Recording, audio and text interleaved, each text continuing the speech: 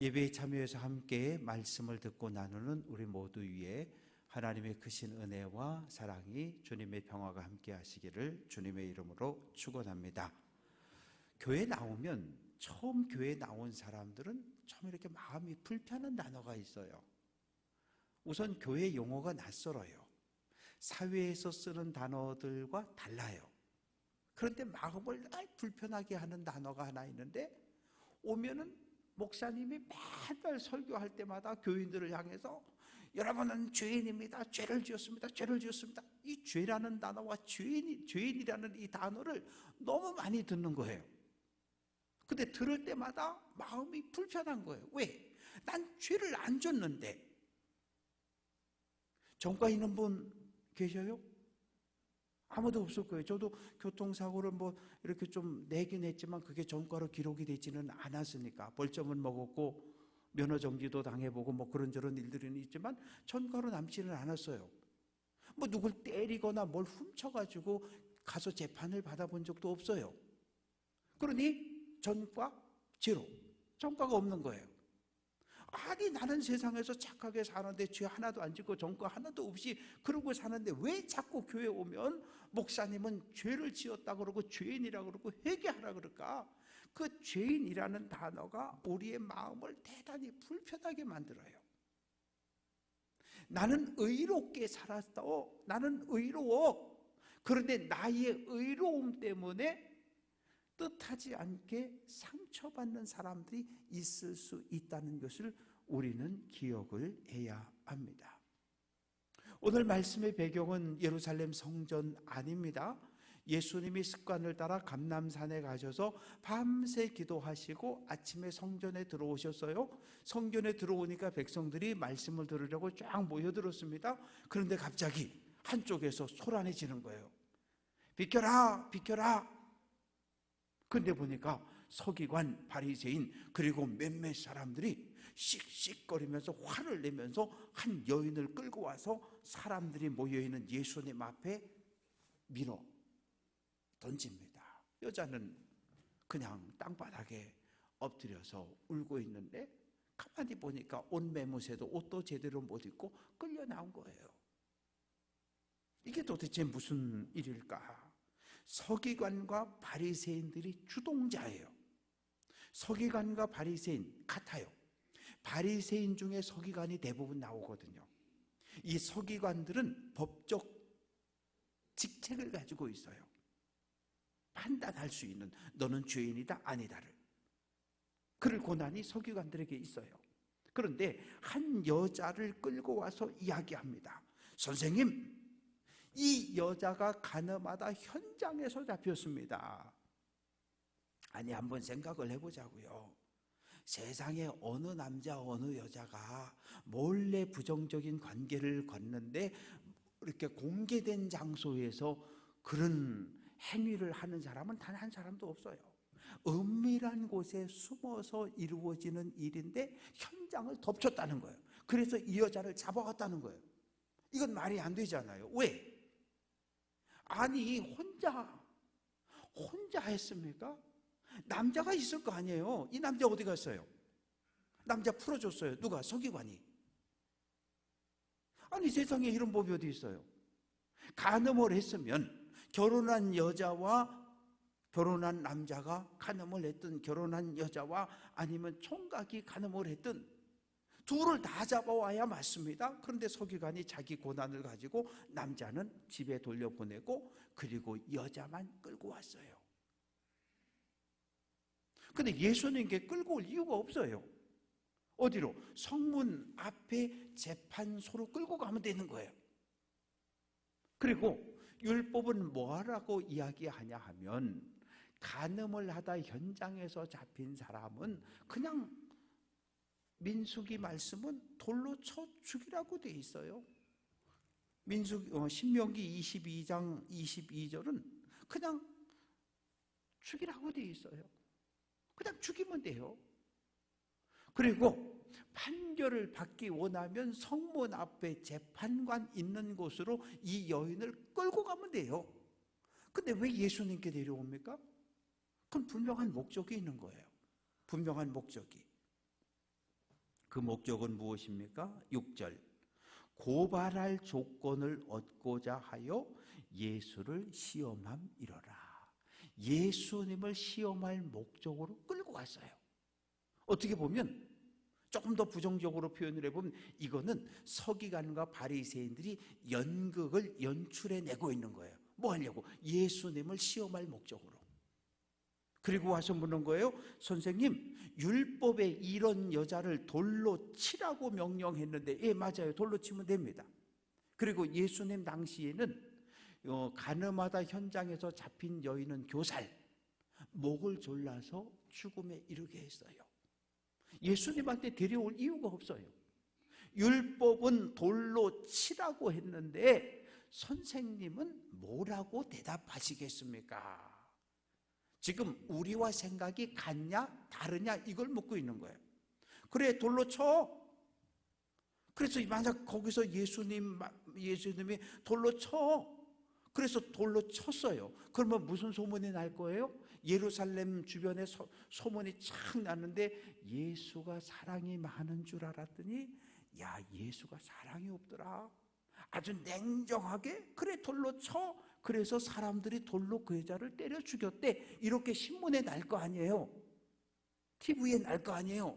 예수는 사랑이 없는 사람. 만약에 예수님이 에이, 그래도 용서해 줘야지. 용서해 줘. 그렇게 말하면 예수는 율법을 어긴 사람이 되는 거예요. 그러면 예수가 율법을 어겼다고, 율법을, 하나님의 말씀을 우습게 여긴다고 예수님을 또 막 비난하고 험담할 거 아니에요. 그러려고 이 여인을 예수님 앞에 끌고 왔습니다. 그리고 이제 예수님께 얼른 대답을 하라는 거예요. 예수님, 당신의 생각을 이야기하라는 거예요. 밝히라는 거예요. 예수님이 그냥 가만히 계시는 거예요. 그리고 이렇게 머리를 숙이고 땅바닥에 손가락으로 뭘 쓰셨어요. 어떤 사람은 글씨를 썼다 그러고, 어떤 사람은 그림을 그렸다 그러고, 글씨를 썼는데 야, 너는 죄 없냐? 그렇게 쓰셨다 그러고. 예수님이 말없이 글을 쓰고 있자 갑자기 조용해지는 거예요.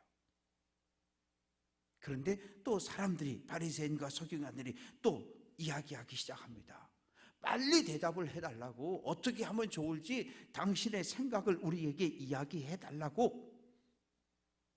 그러자 예수님께서 한참 있다가 일어나십니다. 그래, 돌로 쳐. 돌로 쳐. 그런데 너희 가운데 죄 없는 자가 먼저 돌로 쳐. 투석형의 방법은, 지금같이 이렇게 그냥 끌어다 가운데 놨잖아요. 그러면 첫 번째 증인이, 간음하는 것을 현장에서 지켜본 첫 번째 증인이 돌을 가지고 여인을 치면 돼요. 그리고 안 죽으면 두 번째 증인이 돌을 들고 또 치면 돼요. 그래도 안 죽으면 거기 있는 사람들이 돌 하나씩 들고 그 여인이 죽을 때까지 돌을 치는 거예요. 돌로 쳐. 그런데 예수님이 단서를 붙이셨어요. 너희 중에 죄가 없는 사람이 먼저 돌로 쳐라. 먼저.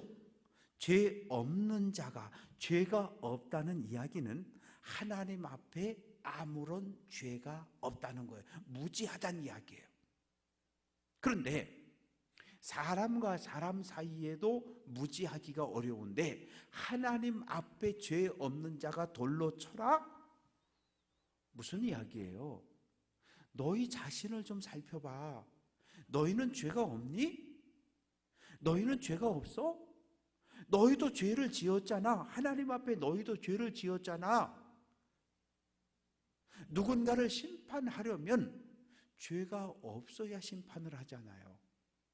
하나님이 우리를 심판할 수 있는 이유는 무엇입니까? 하나님은 죄가 없으셔요. 하나님은 거룩하신 분이셔요.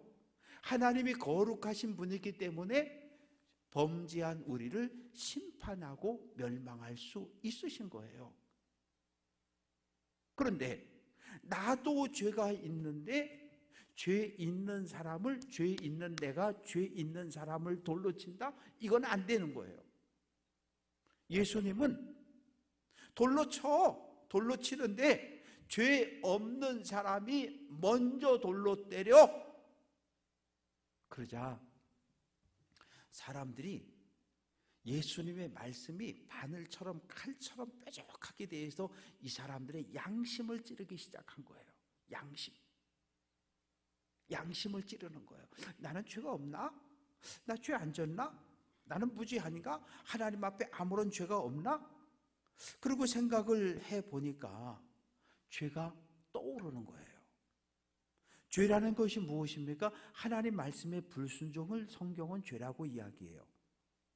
우리 가운데 죄가 들어오면 하나님과 관계가 끊어져요. 아담이 하나님 말씀의 불순종을 선택했을 때 에덴 동산에서 쫓겨나고 하나님과 관계가 끊어졌어요. 마찬가지입니다. 우리가 죄를 지으면 하나님과 관계가 끊어지고 우리의 기도가 하나님 앞에 상달되지 않고 하나님 우리에게 더 이상 은혜를 베풀어 주지 아니하셔요. 로마서 3장 10절 의인은 없나니 하나도 없다. 나는 죄가 없나? 나는 죄가 없는 사람인가? 생각해 보니까 죄가 있어요. 죄가 있어요. 그래서 오늘 9절 말씀을 보면 그들이 이 말씀을 듣고 양심의 가책을 느껴 어른으로부터 시작하여 젊은이까지 하나씩 나갔다. 왜 어른부터였을까요? 왜 어른부터였을까요? 어른이라고 하는 건 나이가 많다는 거예요. 오랜 시간을 살았다는 거예요. 오랜 시간을 살았던 사람들의 장점이 있습니다.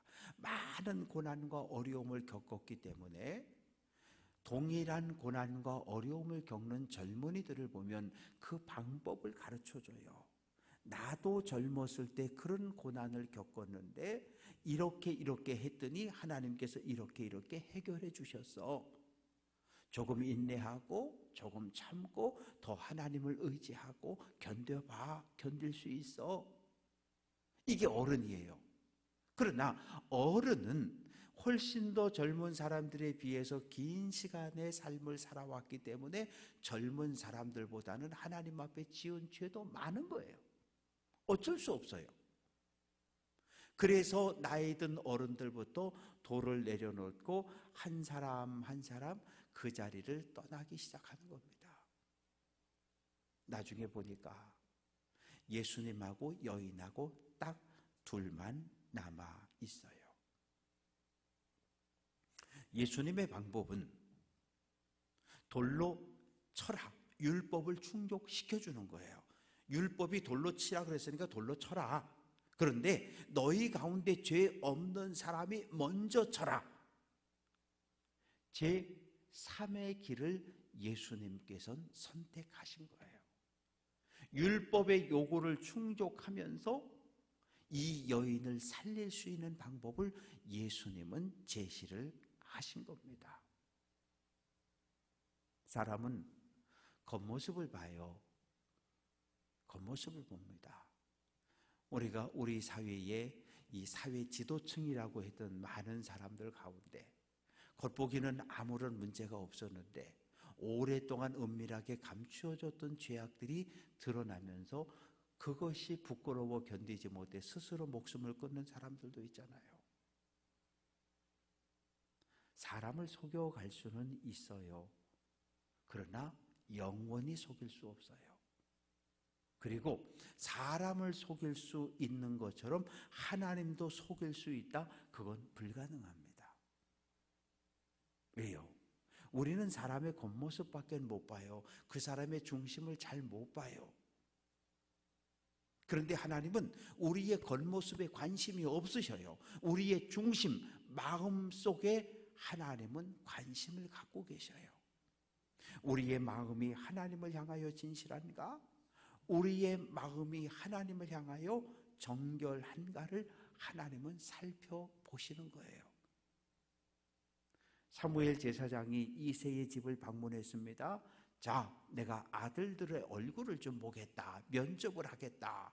하나님께서 이 가정에 사울 왕 이어서 이스라엘의 왕이 될 사람이 있다고 했는데 나한테 기름을 부으라 그랬는데, 자, 1번 장남 엘리압이 다 걸어 들어오는데 키가 크고 얼굴이 잘생기고 용모가 뛰어났어요. 이야, 이 사람이구나. 이 사람이 사울 왕 뒤를 이어 이스라엘의 왕이 될 사람이구나. 그래서 기름병을 딱 열라 그러는데 하나님이 뭐라고 하셔요? 아니라 그러시잖아요. 그러면서 하시는 말씀이, 사람은 사람의 외모를 보지만 나 여호와는 중심 마음을 보는데 엘리압 탈락 7번까지 모두 탈락. 내 아들들이 이것이 다냐? 아니요, 8번이 남아 있습니다. 얼른 데려와라.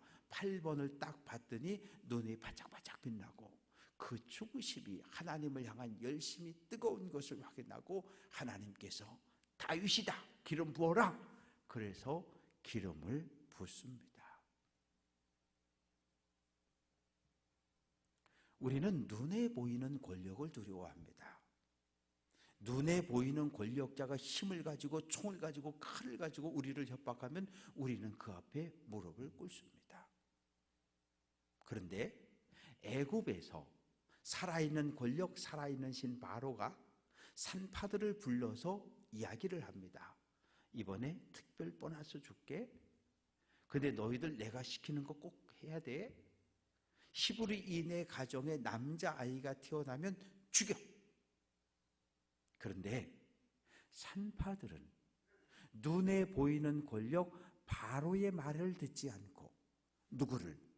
눈에 보이지 않는 하나님을 더 두려워해서 남자아이들을 살렸다라고 성경은 기록합니다. 오늘 우리는 무엇을 두려워하며 삽니까? 오늘 우리에게 정말 두려운 존재는 누구입니까? 눈에 보여지는 사람들? 아니요. 우리의 육신과 우리의 영혼까지도 다스리시는 하나님을 의식하며 믿음의 길을 걸어갈 수 있기를 주님의 이름으로 축원합니다. 코람데오, 하나님 앞에서, 이 말의 의미는 우리가 언제나 하나님 앞에 서 있다는 마음의 자세를 가지고 믿음의 길을 걸어가라는 명령입니다. 이제 예수님께서 여인에게 묻습니다. 여자야. 이 여자여라고 하는 이 표현이 우리가 듣긴 조금 불편해 보일 수 있어요. 그런데 예수님이 어머니 마리아를 부를 때도 여자여, 당신의 아들입니다. 사도 요한을 소개하잖아요. 여자여, 헬라어로 공귀, 귀나이, 귀나이라고 하는 이런 헬라어 단어인데, 이거는 여성을 이렇게 높여드리는, 우리 조선시대로 말하면 주인 마님, 이렇게 높여드리는 호칭입니다. 그래서 이 여인의 마음을 예수님께서 따뜻하게 위로해 주십니다. 너를 고발하던 자들, 고발하다라고 하는 것은 이 법정 용어입니다. 너에게 돌로 쳐 죽여야 한다고 주장했던 사람들이 어디에 있느냐? 다 갔다는 거죠. 성경은 죄의 삭은 사망이라고 이야기합니다. 죄의 마지막은 죽음으로 끝나게 돼 있어요. 그런데 구약 시대에 이 죄 문제를 해결하는 유일한 방법은 양이 소가 내 대신 죽어야 해요.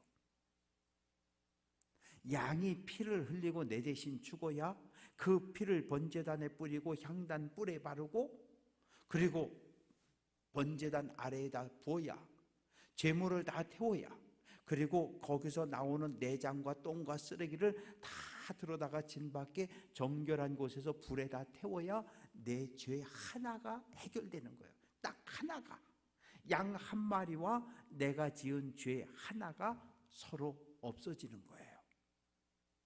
그런데 예수님 시대에 죄사함의 방법이 바뀝니다. 유대인들은 죄를 사할 수 있는 권세는 첫째 하나님, 둘째는 하나님으로부터 위임을 받은 대제사장. 예수님은 인정 안 한 거예요. 왜? 예수님이 누군지 모르니까. 예수님은 누구십니까? 사람 몸을 입고 이 땅에 오신 하나님이셔요. 하나님이시기 때문에 죄사함의 권세가 있어요. 우리는 예수님이 죄사함의 권세가 있다는 것을 인정하는 사람들. 그러나 2000년 전 예수님과 함께 살았던 그 시대 사람들은 예수가 하나님의 아들이라는 것도, 사람 몸을 입고 이 땅에 오신 하나님이라는 사실도 알지 못했어요. 그런데 죄사함의 방법이 딱 하나밖에 없어요. 이제 양을 잡아도 안 되고 소를 잡아도 안 되고 울어도 안 되고 아무것도 안 돼요. 오직 하나. 예수를 믿으라는 거예요. 예수를 믿으라는 거예요. 만약에 고3 학생들이 시험을 치르잖아요. 수능을 봐요. 수능을 한번 잘 보면 원하는 대학에 가서 쫙 갈 수 있고, 아무리 공부를 열심히 잘했어도 수능을 망치면 원하는 대학을 갈 수가 없어요. 딱 한 번의 기회밖에 주어지지 않습니다. 만약에 천국이라고 하는 이 대학을 들어가는 커트라인이 정해져 있다면, 예를 들어서 천국 가려면 32평 아파트엔 살아야 한다. 그러면 천국 못 갈 사람이 많아요. 천국 가려면 통장에 5천만 원은 있어야 한다. 그러면 천국 못 갈 사람도 많아요. 천국 가려면 1년에 그래도 교회 헌금을 어느 정도 해야 한다. 그러면 천국 못 갈 사람도 많아요. 아니면 천국 가려면 뭐 권사 10년급 이상 돼야 된다. 이러면 천국 못 갈 사람 많아요. 그런데 죄사함을 받고 천국에 가는 방법은 웃음이 나올 정도로 간단해요. 뭐예요? 주 예수를 믿으라는 거예요. 그러면 끝. 큰 집에 살든 작은 집에 살든 상관이 없어요. 대학을 나왔든 안 나왔든 상관이 없어요. 건강하든지 몸이 연약하든지 아무 상관이 없어요. 교회 밖 세상을 나가보십시오. 끼리끼리 유유상종입니다. 비슷한 사람들끼리 어울려요. 그러나 교회는, 천국 가는 방법은 그렇지 않아요. 오직 하나, 예수를 내 인생의 주님으로 영접하라는 거예요. 공평해요. 대학을 나온 사람들도, 학교를 다니지 못한 사람도, 부자도 가난한 사람도, 모든 사람에게 공평한 것, 주 예수, 사람의 몸을 입고 이 땅에 오신 예수님을 믿으면 천국에 간다는 거예요. 이것처럼 공평한 것이 어디 있습니까? 그래서 사도 바울은 이 놀라운 사실을 에베소서 2장 8절에서 너희는 그 은혜에 의하여, 하나님의 은혜, 예수 그리스도의 십자가의 은혜를 통해서 믿음, 예수를 내 인생의 주인으로 영접하는 믿음을 가지고 구원을 받았다라고 선언하는 거예요. 바라고 소망하는 것은 예수를 통한 구원, 이것보다 더 놀라운 하나님의 은혜는 없어요. 아니, 예수님이 그래 돌로 치고 그냥 얼른 가, 그랬으면 좋았을 텐데 예수님 그렇게 안 하셨어요. 왜 그러셔요?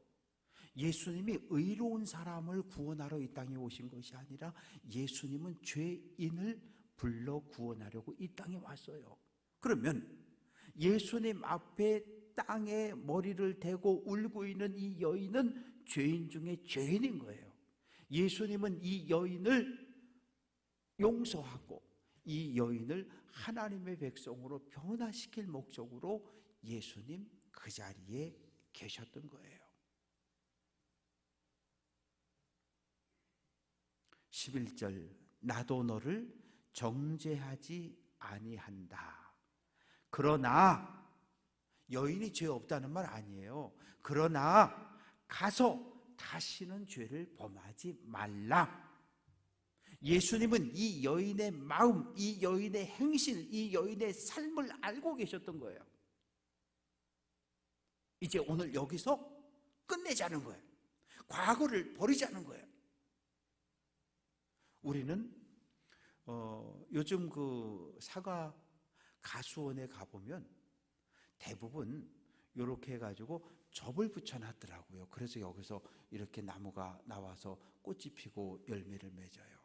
우리는 예수님에게 접을 붙인 사람들이에요. 그런데 접을 붙이는데 뿌리채 뽑아다가 접 붙이는 거 보셨어요? 아니죠. 어떻게 해요? 가지를 쌍동 잘라서 예수 그리스도라고 하는 요 뿌리 원 기둥에다가 첩을 붙여버리는 거예요. 과거와 단절해야 돼요. 과거와. 그래야 예수 그리스도에게 접붙임을 받을 수 있습니다. 예수님은 이 여인에게, 여인아, 이제 너 과거를 버리라는 거예요. 과거를 끊으라는 거예요. 죄된 생활을 끊어버리고 음란한 생활을 끊어버리고 내가 이번에 한 번 내 죄를 용서해 줬으니까 과거와 단절하고 예수 그리스도 생명의 나무에 접붙임을 받으라는 거예요.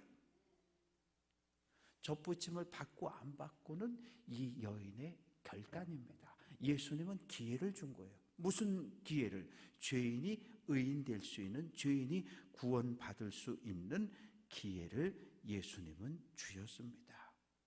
우리 모두는 하나님의 은혜를 받은 사람들이에요. 3대, 4대 올라가서 우상 안 섬긴 가정 없어요. 선교사가 들어왔을 때부터 예수 믿은 가정은 한 4대, 5대까지 올라가도 뭐 다 정리가 됐겠지만 지금 대부분 성도들은 3대, 4대 올라가면 그냥 똑같아요. 저 어렸을 때 아팠거든요. 초등학교 때. 근데 우리 엄마가 무당 불러다 굿했어요. 저 아프지 말라고. 저희 어머니만 그랬을까요? 그 당시 어머니들은 그랬어요. 아들이 아프고 집안에 우환이 있으면 무당 불러다가 막 쿵당쿵당거리고 광목을 딱 들고 있으면 칼을 들고 가면서 쫙 찢어가지고 칼을 슉 집어 던지고 돼지를 찔러 피를 내고 무당 굿하는 거 보셨겠지만 무서워요. 무섭습니다. 그뿐입니까? 절에도 찾아가고 어디 용하다는 데 가서 다 빌고 왜요? 우리 자신들 건강하라고, 우리 가정에 평안하라고. 그랬던 사람들이 어느 날 예수 만나고 모든 우상 숭배를 끊어버리고 예수님에게 접붙여가지고 하나님의 거룩한 백성이 되어서 오늘 믿음의 길을 걸어가고 있는 겁니다. 바라고 소망하는 것은 하나님의 은혜를 널리 마음속에 기억하고 잊어버리지 말고 이 믿음을 끝까지 지켜서 하나님 나라에 들어갈 수 있는 귀한 성도 될 수 있기를 주님의 이름으로 축원합니다. 우리가 가지고 있는 잘못된 구원관이 있어요. 한 번 세례받으면 천국 간다. 아니에요. 왜? 출애굽 1세대가 애굽을 떠났고 홍해를 다 건너왔는데 다 천국 가나안 땅 들어갔습니까? 아니요. 출애굽 1세대 가운데는 여호수아 갈렙 딱 2사람만 들어갔어요. 나머지는 다 광야에 쓰러져 죽었어요. 세례를 받는 것이 구원의 완성이 아니라 세례를 받았다라고 하는 건 과거와의 단절이고 이제 지금부터 하나님의 백성으로 예수의 제자로 살겠다고 하는 약속이 세례예요. 그래서 우리는 지금 믿음의 광야길을 걸어가고 있는 겁니다. 얼마나 많은 시련이 있습니까? 아말렉이 달려들죠. 물도 없죠. 양식도 없죠. 독사, 뱀, 전갈들이 달려들죠. 춥죠. 덥죠. 믿음의 길을 걸어가는 우리들을 위협하는 것들은 너무나 많아요. 마지막까지 믿음을 끝까지 지켜 하나님 나라에 들어가 하나님 앞에 잘했다, 충성된 종들이라고 칭찬받는 귀한 성도들 될 수 있기를 주님의 이름으로 축원합니다. 기도합니다.